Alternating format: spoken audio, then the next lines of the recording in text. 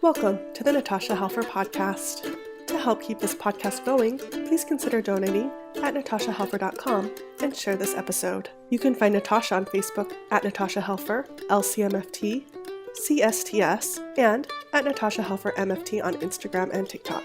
You can find all her cool resources at natashahelfer.com. The intro and outro music for this episode is by Otter Creek. This podcast was edited by Ashley Pacini. I'm Natasha Helfer. I'm a relational and sex therapist. This is my podcast where we are trying to attack shame and get healthier through education, stories, and relationships. And I'm hoping that my computer survives this interview. So I'm just letting everybody know if it goes dark, we will be back. We just don't know when. I'm so excited to have you, Aimee. This is Aimee Heffernan. We're here to talk about kind of an interesting topic, that of swearing or cursing, or however you want to talk about that. It's interesting that we're kind of doing like a dual interview. Like we're going to have just a discussion. So it's not necessarily like Aimee is an expert on this subject, but the two of us have had a lot of intersections with this issue coming up. And so we just wanted to talk about a recent thing that both of us were kind of involved in and kind of my response to that. And Aimee's here to help me have that discussion because I love Aimee and she's my friend and a dear colleague and I have so much respect and trust for her. So hi, Aimee. And a professional swearer, apparently. I love that you're pulling me on a podcast to talk about swearing. I just have to say that it's just a delight to be here. So thank you. Anytime you ask me to be on a podcast, I'm like, I don't know what I'm going to get, but sure, bring it, you know? Well, and we're going to just put it out there to begin with is that we probably will drop some cursing during this interview. So if you have kids nearby or if that's not something you're comfortable with, we're just kind of giving you fair warning. This will be a fucking amazing podcast. I'm going to kick some ass. So welcome to the podcast. All right. So Aimee, why don't you start off by just telling us a little bit about yourself, who you are, and then why don't you also kind of just dive right into why we're talking about this, like what happened this last summer. Sounds fun. Okay, I'm Aimee Heffernan. I have known Natasha for years now because we're both sex therapists serving a lot of the Mormon population. And, you know, as she was rising on podcasts, I was also out here in the world. I was actually living in Seattle and just got to be part of Natasha's fun shine and learn from her and just gain so much wisdom. And so what a pleasure it's been to have so many beautiful, wonderful people in this profession that are helping serve the same population that we are. So I guess it would be really the MMHA, which is the Mormon Mental Health Association, which is the association that Natasha really started with her heart around creating a community of therapists to come together to talk about issues around serving the Mormon population, the whole spectrum of Mormons, from fundamentalists to people ex-Mormon, angry ex-Mormons, and all the people in between. And so really, I think that that's probably how our relationship started, like to where it probably emerged to be into like a professional and colleague acquaintance, into then slowly over time, we become also friends. So that's been a lovely friendship and lovely to have Natasha on, on my team in life. And I love that. So should I launch into why we're doing this topic, or is there anything else you want me to talk about? I don't know. I really am not very good when I have to give my bios. I'm like, do you want me to give more bio and history of myself? I don't know. What do you want from me? Well, I think it's great. I mean, you come from kind of a Mormon background yourself, and so you have that intersection. And I just want to give kudos to all you've done because you've been a board member of the MMHA for years. You've been the treasurer. No, not the treasurer, the secretary. Yeah, you've been just a really prominent part of making this organization what it is today. And so I just want to thank you publicly. Yeah, I'm really proud of it. I really am. So the fact is, I guess I'm just going to do a plug for MMHA. If there's any therapists listening, I'm going to take the moment, okay? Because I am a really big fan of this association and I've believed in it since like really the beginning when you started it, because there's no other place that we can get cultural competency around the topics for the population that we're serving. There's no other conferences really that like give us raw truth. Let's talk about the hard issues. So in my opinion, the MMHA conference over the years have been the one place where I have gotten such good information on how to serve the Mormon people, right? And so I'm a big fan. If you're a therapist, please join us. The conference this year is going to be really fun. I'm sorry, I'm taking a moment to promote the conference, but I wish people would sign up for it. And people do, and it's like the most lovely conferences happen in conjunction with Sunstone on July 27th, which is a Thursday.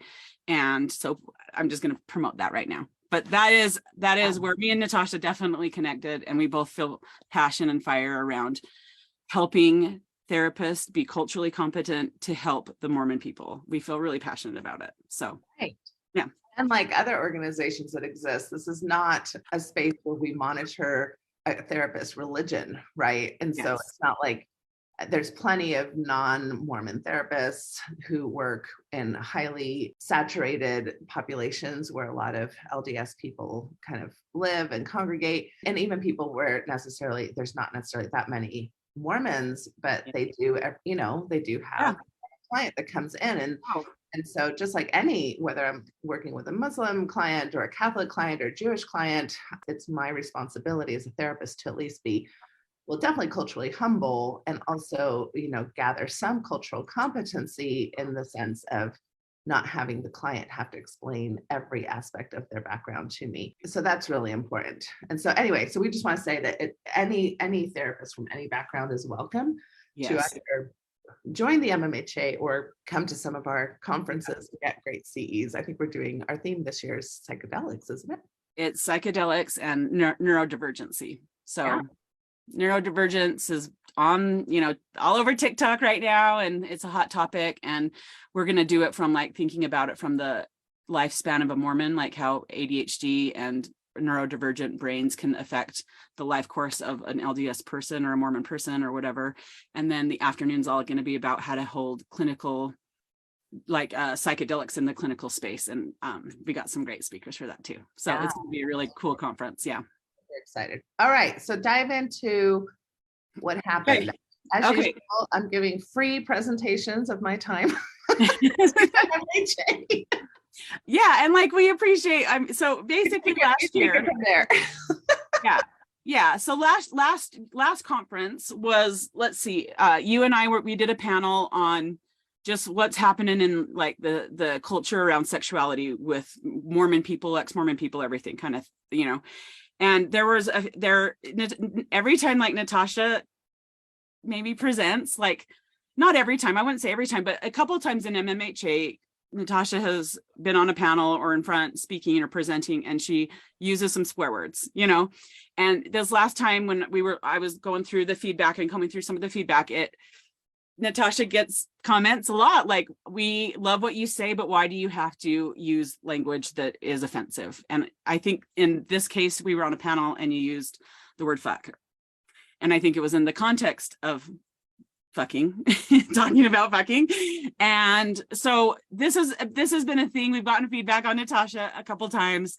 And we just wanted to talk about it, process it here. Like, Natasha, why do you swear when you're up there as a professional? Like, what's going on? Like, and I think it's just going to be a fun conversation around swearing in general, and what is around sexuality and swears and things like that. So this is kind of the conversation we're having today, right? Yes. Thank you. And so right off the bat, I want to say that I am swearing very intentionally. This is an intentional process that I do in a setting where I know that that's going to be uncomfortable. Like, most of these therapists do come from a religious background. Most of these therapists come from a white background. Most of these therapists come from like a background of having been monitored by the profession, even in regards to what it looks like to be a quote unquote professional. Yeah. And I've had to do a lot of this unpacking work myself, especially in my association with ASECT, which is the American Association for Sexual Educators, Counselors, and Therapists, where I've been attending those kinds of conferences for over 10 years. And the diversity of professionals there is tremendously different than the professionals we usually attract, at the MMHA. Yeah. And we've got, Black and brown people, we've got trans people, we've got queer and kinky people who are themselves professional therapists who, during their presentations, I mean, I'm sorry to say, but if you're offended by my one or two words in the MMHA, I don't know how you would handle going to a very professional conference with people who come from very diverse backgrounds. And so when I am in front of an audience, and it's not just with the MMHA that I do this, with most audiences where I'm going to speak to professionals, I will usually incorporate some language. First of all, it has, I think, some aspect of humor. It has some aspect of shock value. I want people to be more comfortable with people presenting in ways that they're not necessarily always used to, because we need that kind of permission giving, right? And especially in the realm of sexuality. So I want to kind of go through a lot of these different things, but even in the context of sex, we know that one of the main expletives that people will say as they're having a sexual encounter is, "Oh my God," from a religious background. Totally. And even to the point where, like, you think about OMGS, that website that is a resource that sex therapists use all the time to talk about how women can, vagina and vulva owners can be able to get connected to their pleasure parts. And that the whole title of their website is OMG Yes, because of the fact that people in euphoria and in pleasure, that's something that they shout out in ecstasy, right? So it is a word that in the Mormon context is offensive to some people to use God. And what does that mean? And, so there's some layers there. Yes. Yeah. And it's like you're taking the Lord's name in vain is kind of the religious overlay, right? That you're doing something wrong. The next probably very common expletive that is said during sexual acts is using the word fuck, like fuck me now, I want to fuck you. Can't wait to fuck you. Yep. Fuck. If you're having an orgasm, I mean, yeah. This is a word that oftentimes comes out, and obviously it's a word that's used in very interesting ways throughout different cultural dynamics. And obviously for many people, it can be abrasive, especially if being used in the context of violence or in the context of like conflict, right? Then obviously it has a very different kind of connotation to it. Yeah. But it's a very commonly used word. Yes. I'll never forget, quite frankly, I'll just share a personal example of when I was having sex with my ex-spouse, the first time as a Mormon woman who, when I said something around the fuck, like, oh my gosh, this is fucking good or fucking amazing or something like that. And I think it shocked both of us, because we're not used to using that language. Right. Same time, it was extremely arousing for me. Anyway, I'll only speak for myself. Yeah. It was for sure. The arousal level and the excitement level, because now you're kind of tapping into something forbidden, which is always kind of fun to do. Naughty. And you think about like the template, like I talk about this a lot, like the template from 12 to 18, where you're really developing yourself sexually, but you're also getting bishop's interviews and things like that, right? And so the template for naughtiness around sexuality is definitely a frequency that people enjoy, right? But how do you create naughtiness when you still want to have sexuality in a safe context, right? Because sex definitely needs to be a container where you feel safe, where you can let go and do all the things. But if you are letting go verbally too, that is pushing yourself out of what is like a normal, appropriate response for a person that with a religious background, right? But then what do you do when it comes out, when you're feeling erotic? I think it can add some desire. It can add some kind of like tension and sexual tension sometimes, but then other times you might have to deal with the impact of what does that mean for your partner to have someone saying those words, right? So what was I'm curious, your ex partner in this situation, how did he respond? Well, again, I hate to speak for him because he's not here, but my body language response that I interpreted was very positive. Okay. Like it was an exciting thing for both of us to venture into new territory that, for a lot of people, dirty talk is a way to spice up and have novelty in your relationship. 100%. But if you're growing up in a religious culture that's telling you, oh, dirty talk is a sin, or it's unrighteous type of sex, or it's going to lead to a slippery slope of now you're going to do really bad things down the line because you're allowing this type of language, you're suppressing a certain type of expression that can really actually be very beneficial especially for long-term relationships where you're kind of usually needing some type of novelty to keep mystery and keep kind of tensions and all the things. Yes, 100%. Yeah. So also giving yourself permission to be able to say those words just without, not even in the context of sexuality, right?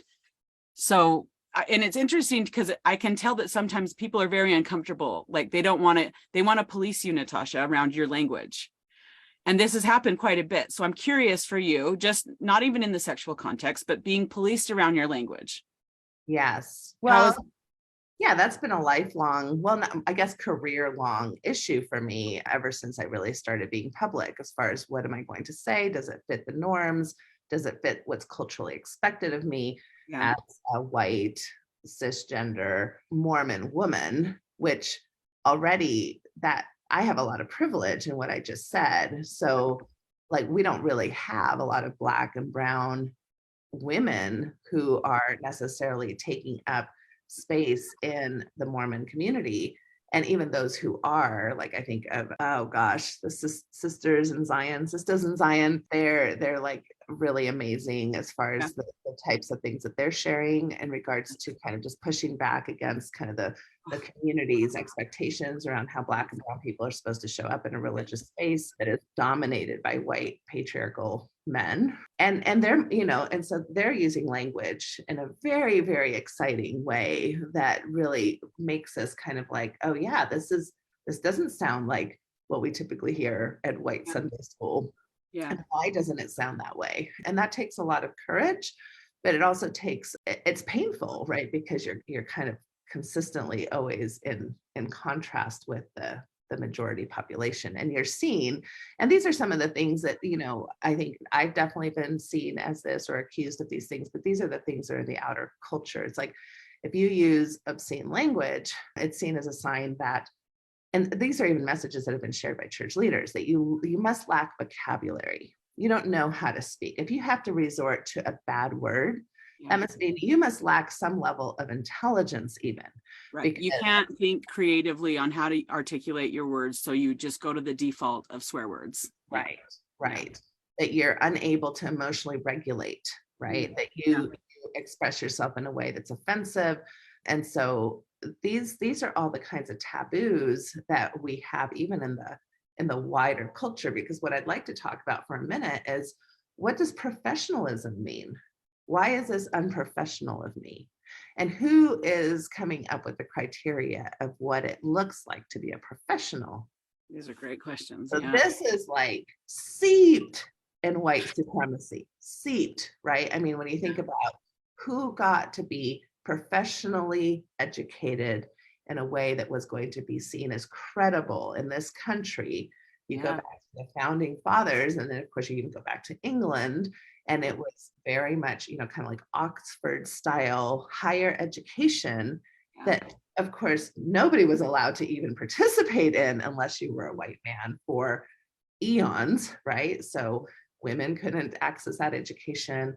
Black people, brown people couldn't access that education. And so all the rules of what it meant to be a professional started in a space of white supremacy, right? And of course, this is during the Black Lives Matters movement, and also even before then, I've been very interested, especially because we've been listening to Black clinicians in our cultural space that are saying, we don't have competence in understanding white privilege. And that's your job as white clinicians to figure that out, right? And so I've been really trying to take that very seriously. So as I get this, so I'm getting this feedback as a white, fairly, you know, I fit that professional criteria pretty well at this point. Yeah, you check a lot of boxes. I check a lot of those boxes of what it means to be a professional woman in the United States of America at this particular time frame. And yet I'm still getting that feedback and attack. I know. I can't imagine what my Black, brown, queer, kinky counterparts are getting as far as the pushback on how they present. It's like the pressure around compliance, right? And that is like often what I feel sometimes when I see the feedback about your language. You know, I think it's people wanting to bring you in compliance most of the time. Most of the language in the comments that say, I got so much from this conference, it was so interesting, everybody had interesting things to say, but I don't know why Natasha has to continue to use language like that, right? And it is what I see about that. It's a policing, which our culture has a lot of policing culture, which is very real, right? We're going to monitor each other. We're going to look at each other. We're going to require compliance quite a bit. And so when we talk about language, there is definitely an underlining compliance that is expected for professionals, right? And it's interesting to see, the response. It's been interesting to see the response. So I hear what you're saying. You're saying definitely the policing is laced in white supremacy is what you're basically saying. Yeah. Okay. And then the next thing I would add to that is misogyny, right? Because there's the good girl syndrome, right? So now let's talk about it from a gendered space. If I'm going to be female presenting and I have a vagina and people can tell that, I'm quote unquote identifying as a woman. Yeah. Well, it's not polite to swear. It's not nice. Mm-hmm. Not ladylike. Yeah. It's not, so all of these kind of expectations that we have about how women should show up in the world, right? That they're the comforters, they're the caretakers, they're the nurturers, they're the polite ones, they're the diplomatic ones, they're the peacemakers, right? All of these traits that really have been given kind of almost like an effeminate type of overlay, right? Even when men show up in these ways, they're kind of seen as sissies or masculine enough, right? This is all kind of part of toxic masculinity culture. And so as a woman, if I'm going to say the word fuck, all of a sudden I've entered like a crass, we have to like completely she's lost her credibility, right? Yeah. I sense that. I sense that from in like my own experience, right? And also, I mean, like you think about the things, even the fact that we talk about sexuality already puts us into this like little racy category, right? Of in putting us out of that stereotype of what a good Mormon or a good girl, the good girl syndrome. It doesn't matter what religion, right? And so we all have our own internal struggle of like, I need to be the good girl, and how do I break out of that, right? And sometimes claiming your own words. And I'm not saying people need to swear, like it's like, but trying to stay in compliance around what language you use to be the good girl, I think is absolutely something that you have to unpack when you're unpacking like patriarchy and how it's played into your own life, right? Yeah, it's hard. It's interesting. I should have said this in my intro, but I've also done a podcast called the Wordless Podcast.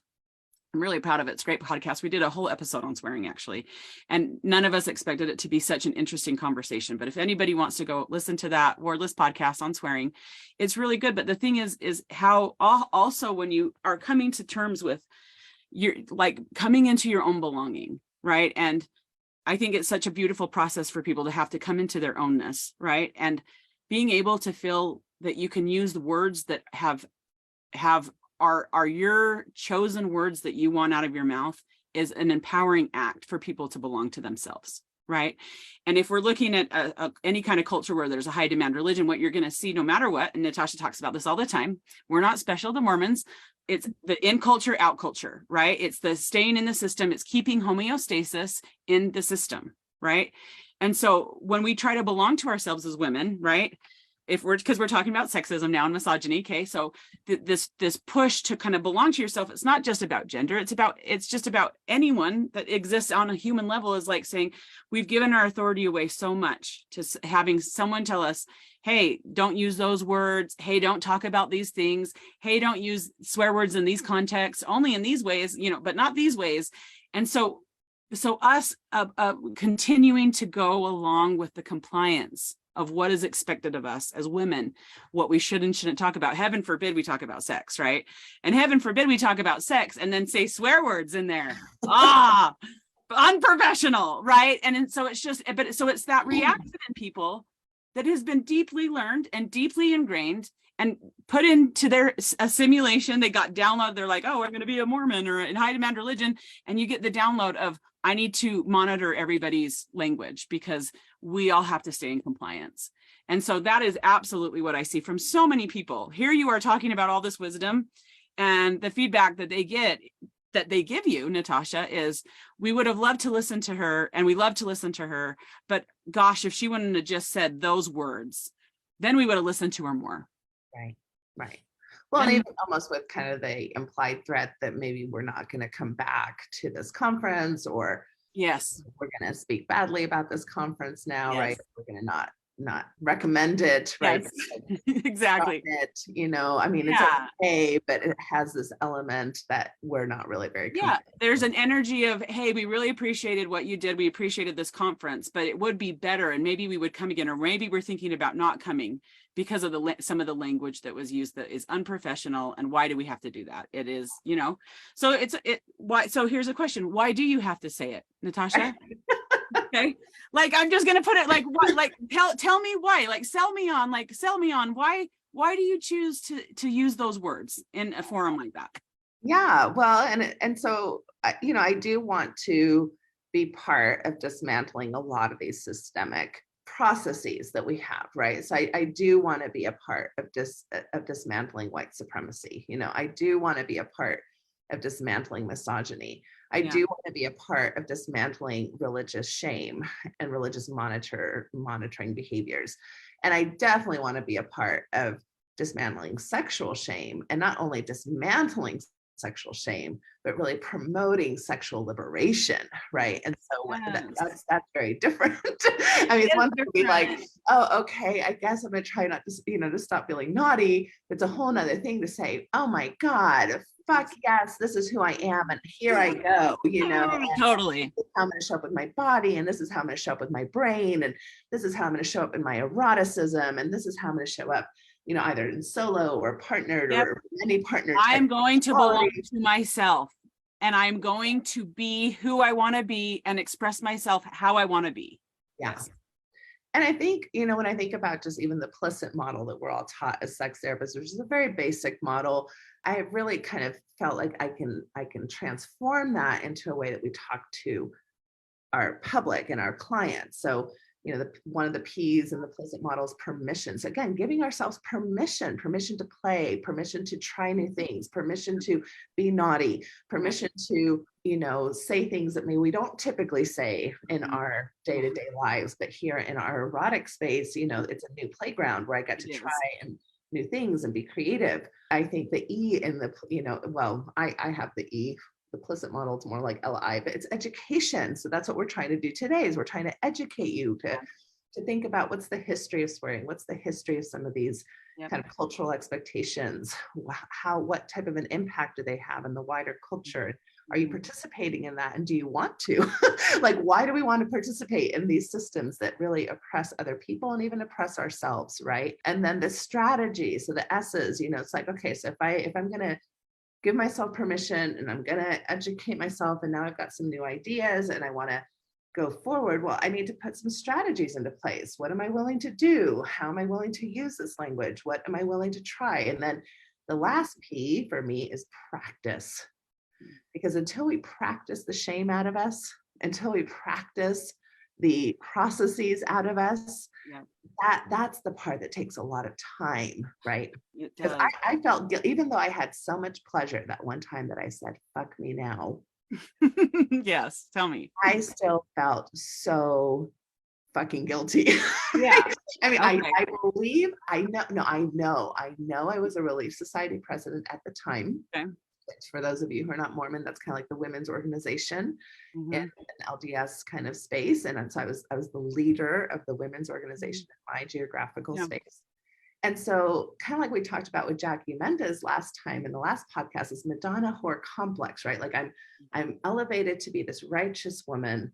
I'm elevated to be this woman in the community that is taking care of other women and being a good woman. Yep. And yet here in my bedroom, I just said the worst possible thing. A lady on the street, but a freak in the sheets, baby. Right? Yeah. I'm curious, who did you feel guilty to, Natasha? I felt guilty to? Yeah, that's an interesting question, because I think I felt more guilty towards the male authority of my church than I did to my actual God. But it was also this feeling of like, did I inappropriately influence my my husband? Did I inappropriately influence myself? Am I leading myself away from God in some way that's very spiritually damaging to me or to my partner? What would other people say? So I definitely felt guilt in the community, even though nobody knew I had done that. But just if people knew that I had done this. It's almost the all-watching eye, right? The all-watching eye that I talk about the all-watching eye a lot. It's the audience for everybody. So you felt guilty to the audience, sort of? Yeah. Okay. No, nobody, I mean, unless I'm going to talk about it, who would know, right? But I think we all carry this like compartmentalized part of myself, like we present. Yeah. And if they really knew who I was, if they really knew what turned me on, if they really knew what I do in the dark, with my masturbation or with my porn usage or with my fantasies, that if they really knew me, nobody would want me or would think of me the same.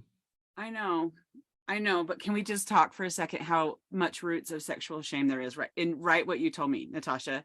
You as a person that has education, that has privilege, all of the things that we just talked about, and you saying fuck me harder or whatever it was that you said, right? It came with all that. It came with all that.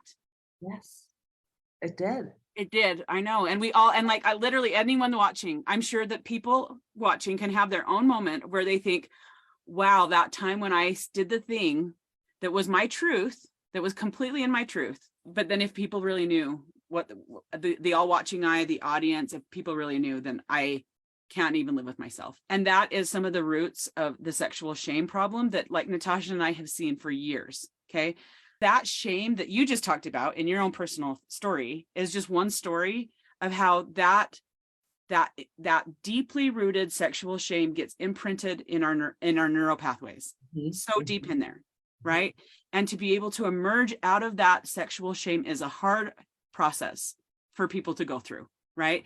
But you even just claiming the words that come out of your mouth in sexuality, what an act of permission giving to yourself, yet then it came with so much shame. Oh, and then this is the problem. It's like Pavlovian, right? This experience for so many high demand religion people, okay? And up in Seattle, I say this all the time, I had quite a diversity of high demand religion. It wasn't just Mormons. I had lots of Eves. I call them the Eves, the evangelicals, the Eves and the Mo's, and the Muslims. I had lots of Muslims because I worked by Microsoft. And so there was lots of people from that. So the fact is that sexual shame is part of the experience for many, many, many people. But if you have an authority constantly telling you that you need to stay compliant into one way, then that shame gets bigger, right? And so the amount of shame held in the culture of humans that we work with is significant, right? And the work we're trying to do is to try to say, hey, how can we give education? How can we give permission? And it's just interesting that even at professional conferences, we can see that force being evident even in with professionals, right? Yes.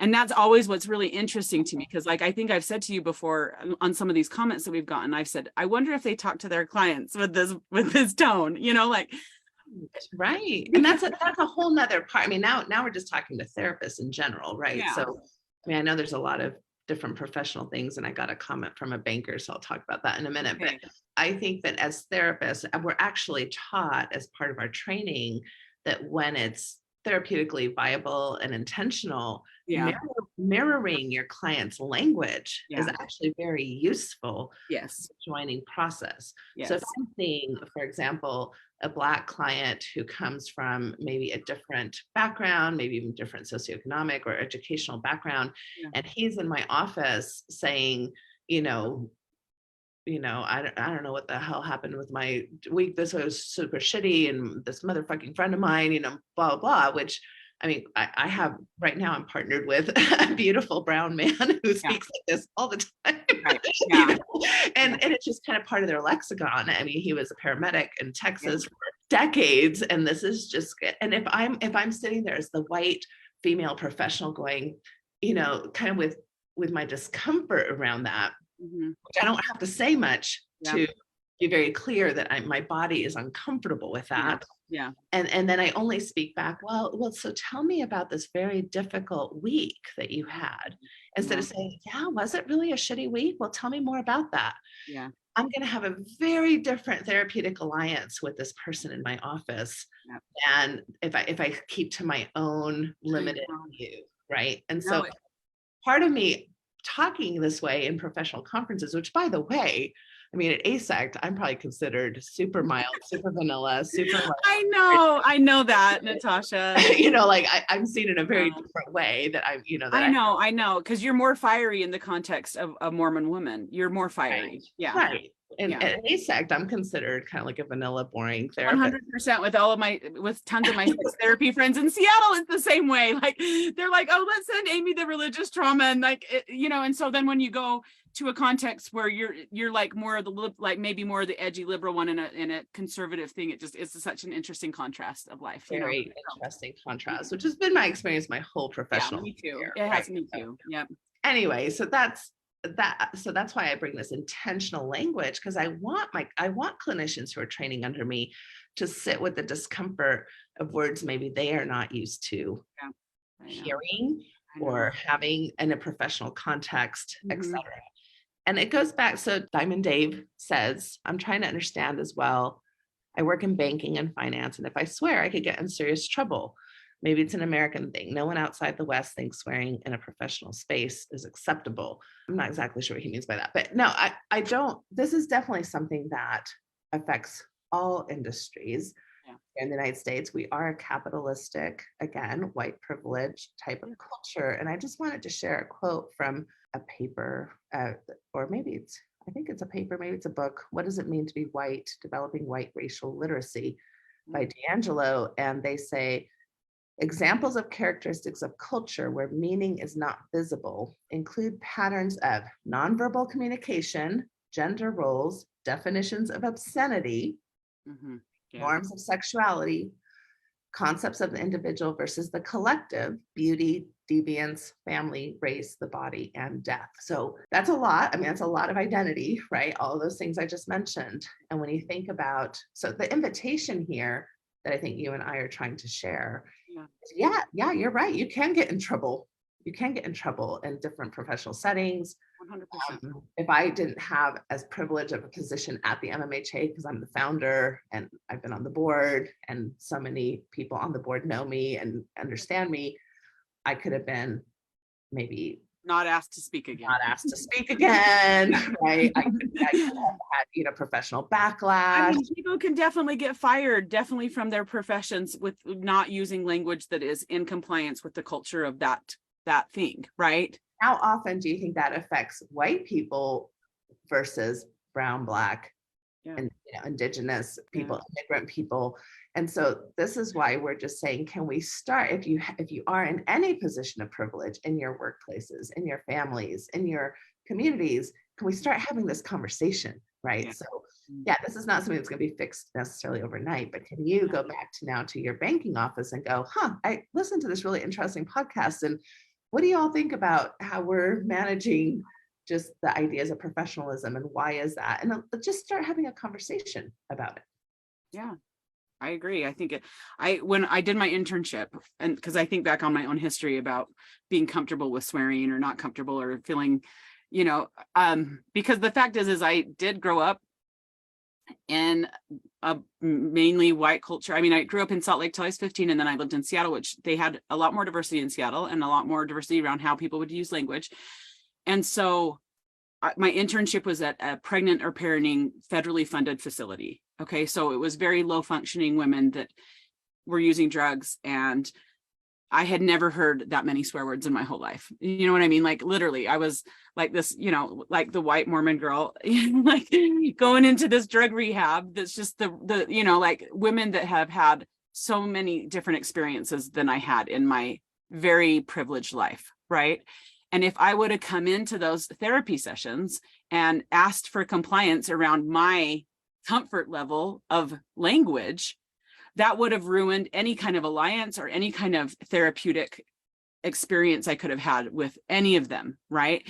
And like most things, of course, you learn so much more from people than what you feel like you can offer as a therapist sometimes. So honestly, I feel like I learned so much about how to support, be open to people's language experiences, no matter where they came from, right? And if I'm going to meet people, and this isn't even just in the therapeutic space, but it's also just any kind of relational experience that I have with anyone. If I'm coming into a relationship with them, always wanting compliance around what I'm comfortable with for language, that is centering myself. Yes. Always, And so that's what I want to say. Are like on a professional level, we have to think about how are we centering ourselves constantly when we are receiving language from other people. And so I would say that it's trainings too. It's not just with your clients.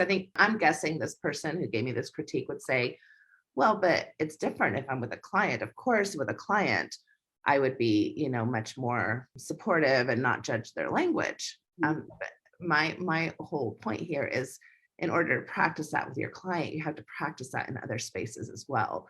And why are we going to judge certain professionals who show up differently than us as well in these spaces of mental health in particular, where we are so impacted, not just by the issues around, white privilege in the sense of just the expectations, but the research has been primarily on white people. So when we talk about mental health statistics, when we talk about how we deem what's considered healthy relationships, those are all concepts that have been very, very much propagated by white culture and white people.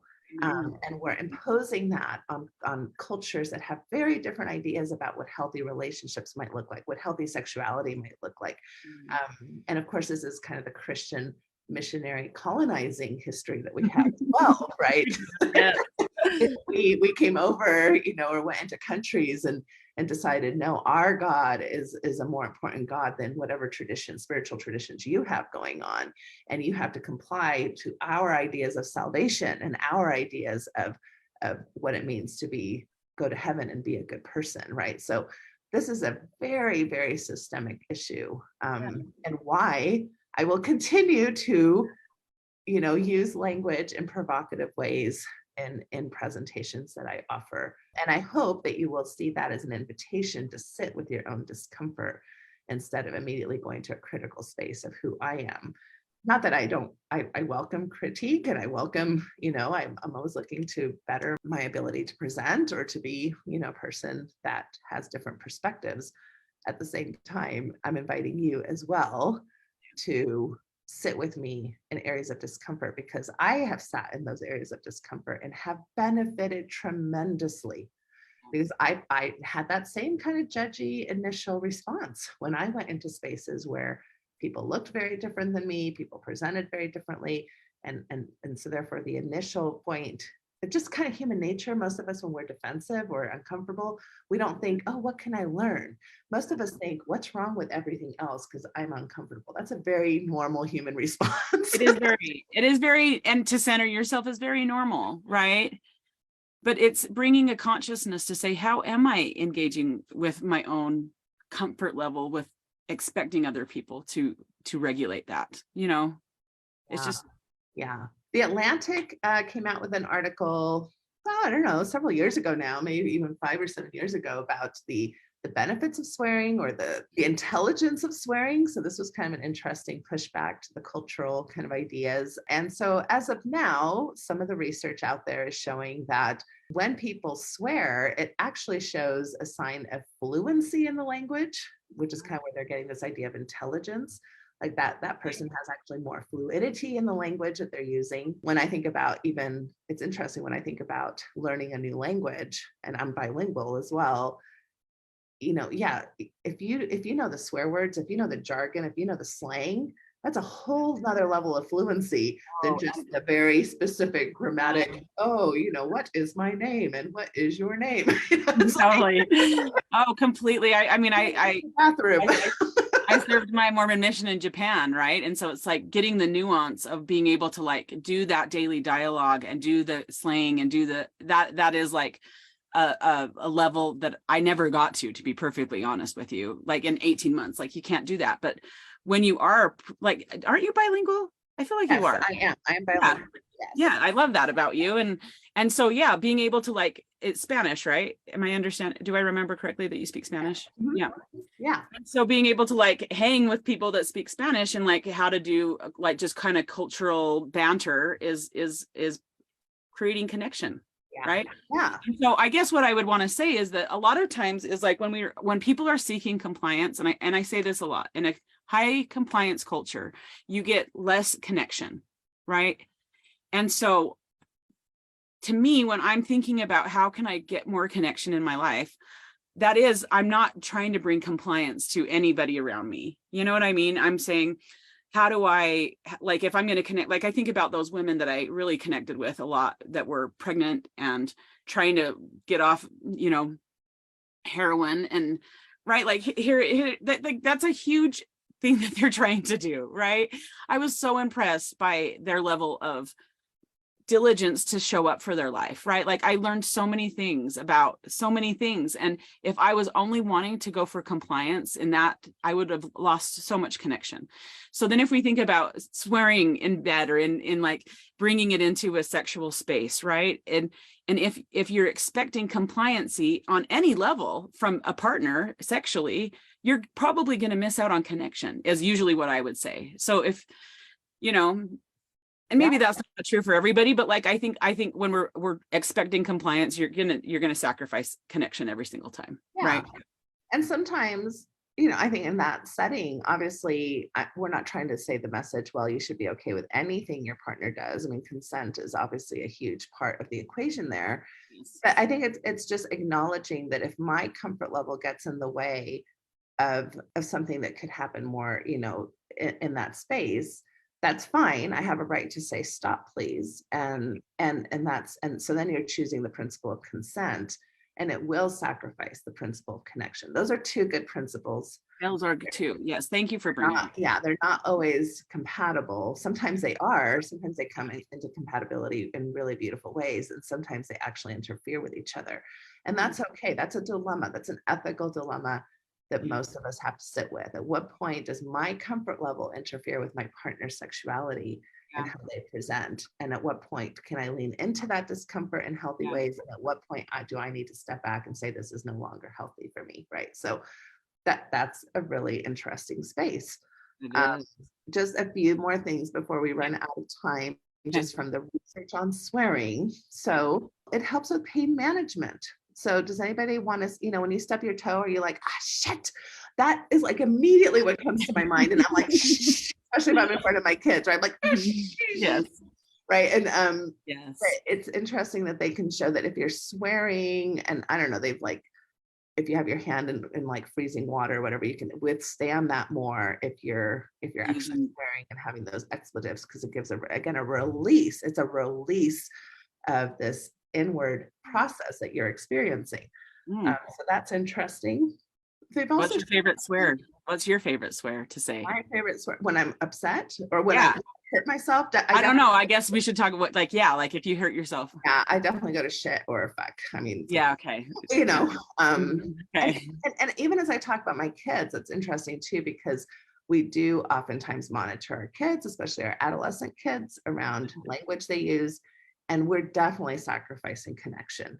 They start learning pretty quickly. This is not how I can only present in certain ways in front of my parents.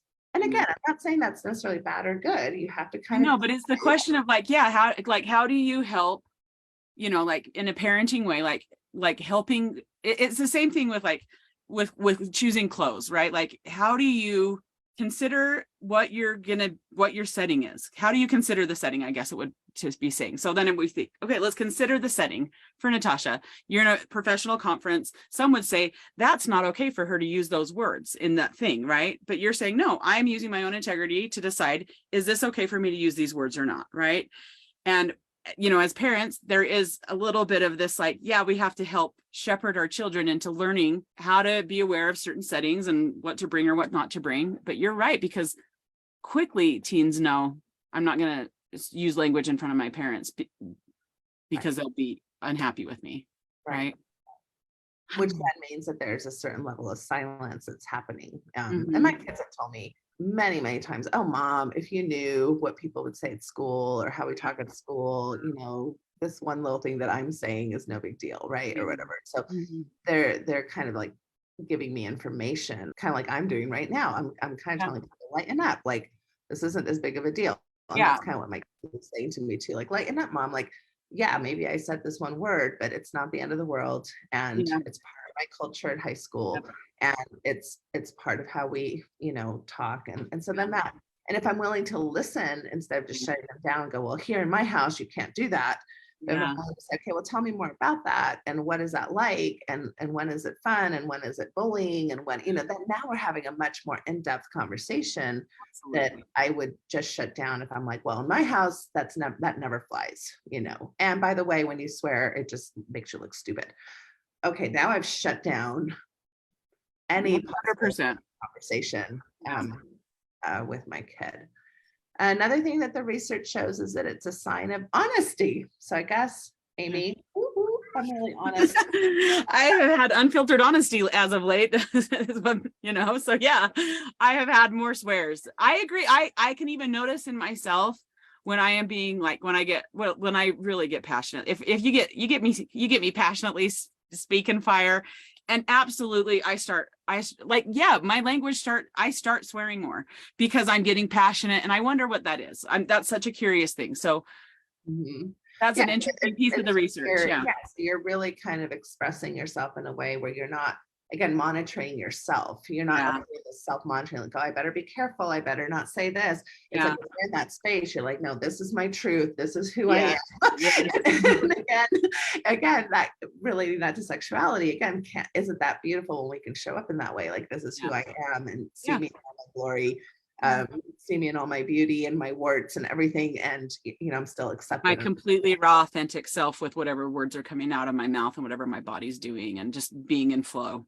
Yeah, exactly. It also says it's a sign of creativity. Okay. And that it's obviously an effective way of getting your point across that doesn't resort to physical violence. So, giving somebody the bird when there's a road rage moment is probably better than just getting out of your car and, like pounding them or something like that. Yes. I think anytime we're using anything in anger, we want to be careful, right, of the damage that we can cause. At the same time, I would rather somebody swear at me than physically assault me. So I think that's it would offend me less. Yes, it would offend me less. It would be. So so those are things. I mean, obviously swear words can be used like anything. This is one of those things too, where I feel like we can be so binary. It's kind of like when I hear people talk about sexual media, it's like it's evil or it's bad or with no context, or it's amazing and it's good. It's much more complex than that, especially everything has a light and shadow no matter what with everything, right? Yeah. Context and how it's being used and whether or not you're using it in a coercive way or a pressuring way or an unethical way. The same goes with swearing, right? So I can use swearing to be an extremely bully, to almost like use my privilege in a really harmful way, especially with maybe young kids. But again, that depends on culture, because particular words that do have like a sexist like roots, right? Like, all of that. Yeah. But I want to also say that in a lot of families, swearing isn't really that big of a deal. So it doesn't have that same impact as maybe if I would swear to my kids when I hardly ever swear at them, right? And so, or if you grew up in a family where really like that there was none of it at all, right? And now all of a sudden you're using it. So again, it's not that swearing is bad or good. It's how we're using things that is either edifying the relationship, edifying our own self-identity, or it's destroying aspects of relationship and self. Right. I know. And it is interesting because in the context of the times that you have used it in our professional settings, I think you were really intentional about how you used it, but then the reaction was, how could she just be using those words at all?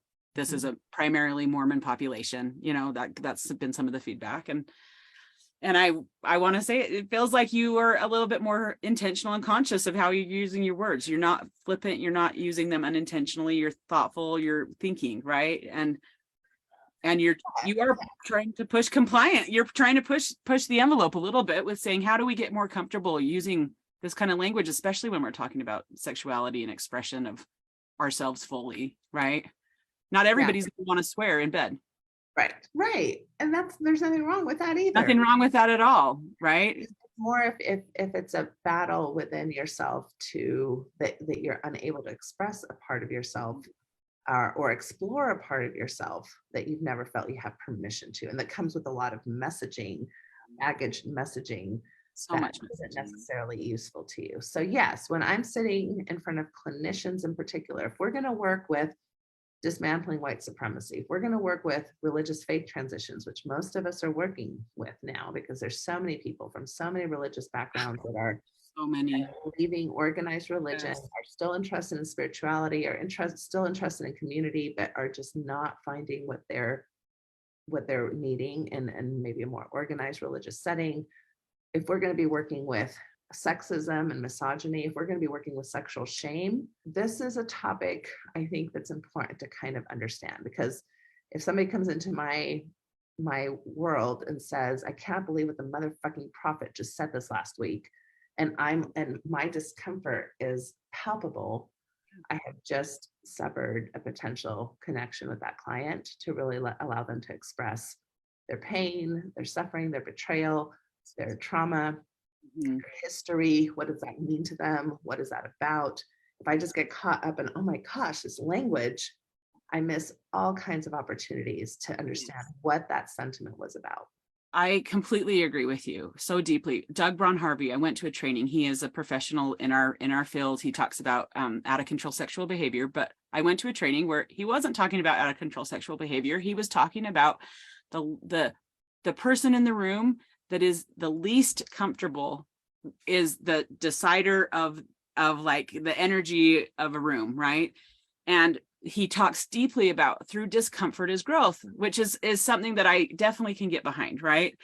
And that is a differentiation model of like, how do we be uncomfortable to push ourselves through things? And this language thing is one of those things, absolutely, that when you are wrestling with how to get your own authority, how to belong to yourself, any kind of faith transition, any kind of truly like differentiation around relationships, any relationship, parent, child, partner, like all the things, you really have to get to this place of how can I tolerate discomfort? And language is one that is an easy way that creates discomfort for people, right? And so I would just encourage everybody to get a little uncomfortable, or think about your discomfort, right? Like in this conversation, there were some really fun things brought up, right? Around swearing and language and all that thing. And just, I would love for people to start noticing how comfortable or uncomfortable am I around the words of people around me? Yeah. Am I trying to monitor people around me? Am I trying to police people around me? Am I policing myself? Like really, because that projection is mostly about everybody's individual stuff, right? Is saying, I am not comfortable sitting with the word fuck. Like that is an uncomfortable word for me because I've been conditioned to think that that's the worst word ever, right? But then you think about books, it's just like, what is that one book that's like The Subtle Art of Not Giving a Fuck, right? And basically that whole book is just, and I thought there's power to that. There's power to releasing the word that was so scary to say, that you thought were so afraid, not only in like a religious culture, but in American culture and like all the things, And so it's important to start thinking about your own level of discomfort and why, because any kind of projection is really about inside yourself, right? Mm-hmm. And so that's why it's really important to be able to really slow yourself down and think about all of these rules that somebody imposed on me. What do I think about them? Mm-hmm. Do I think those rules are smart? Do I think swearing? When Natasha gets up there and swears, am I uncomfortable? Well, I'm usually uncomfortable because I know someone else is uncomfortable, but I'm not uncomfortable. She's got like really smart things to say, right? And if I'm going to close my ears off because, oh my gosh, I've been taught that the F word is the worst word, right? Then I'm missing everything that the person's saying. Yeah. Right. We discredit each other very quickly. Yeah. So yeah, I love that, Aimee. Sitting with our own discomfort is uncomfortable. How much of that are we willing to do?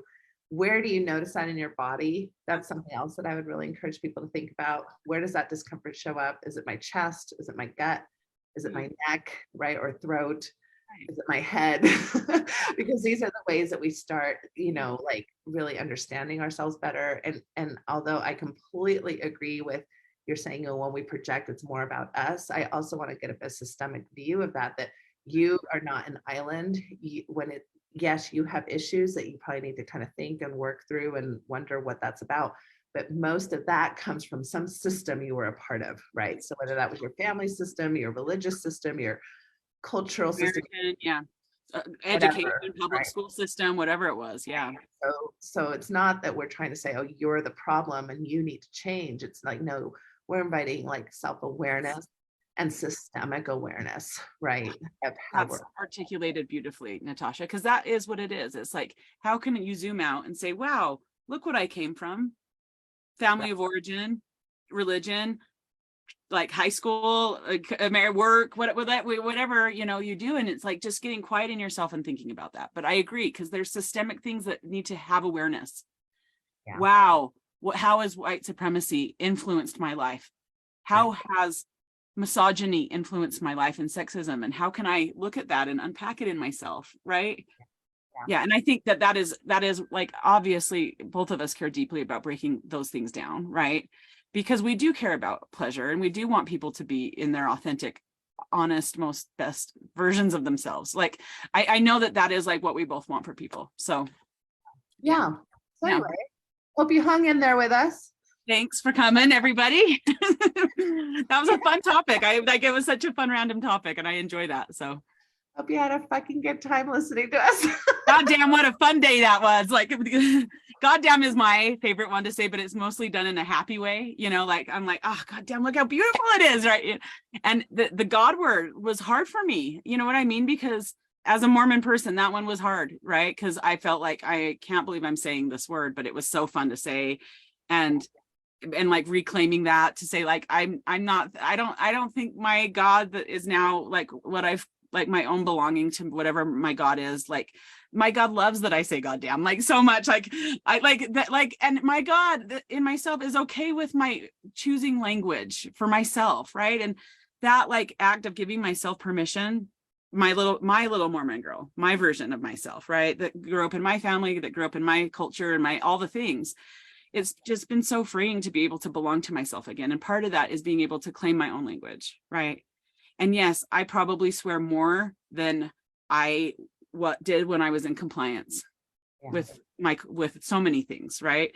But when I get fiery and passionate, I love to swear. I love to drive my points in, and so it's like one of those things that's just like, how do we come to ourselves, right? And it's a hard process, and that language that has just been so monitored for us. Yeah. Sometimes you got to look at and you got to say, hey, what does this mean? And yeah, no, I totally agree. Jen also is saying the idea that this is how I belong to myself mightily resonates with me. And okay. I think that's a beautiful space to end. It's like, in there. How do we find things that resonate with me, with my body, with my sensuality, with the way I show up sexually, with the way I share myself, the way I invite people to share themselves with me, the way I keep open to other people's experiences while also honoring my own. Like, this is really important, beautiful, profound work. So. I got the chills. So amen to it all.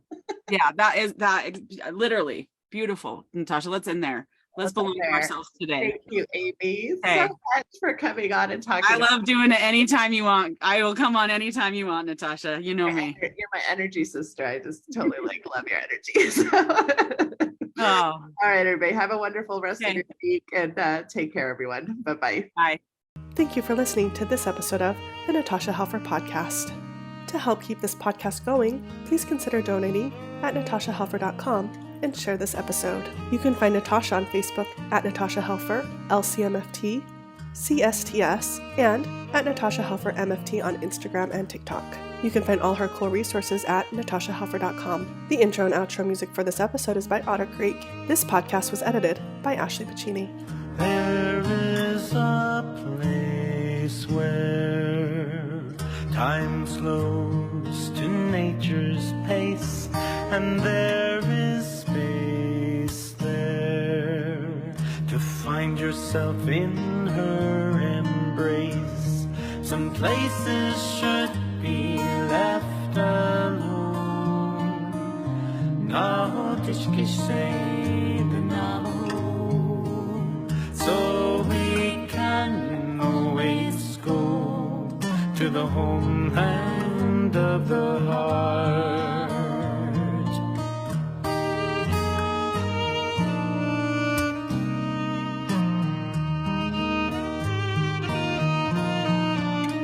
10,000 years of our human history etched on her canyon walls, alongside Earth's mysteries. Some places should be left alone. Nahotish geschehen alone. So we can always go to the homeland of the heart, to the homeland of the heart.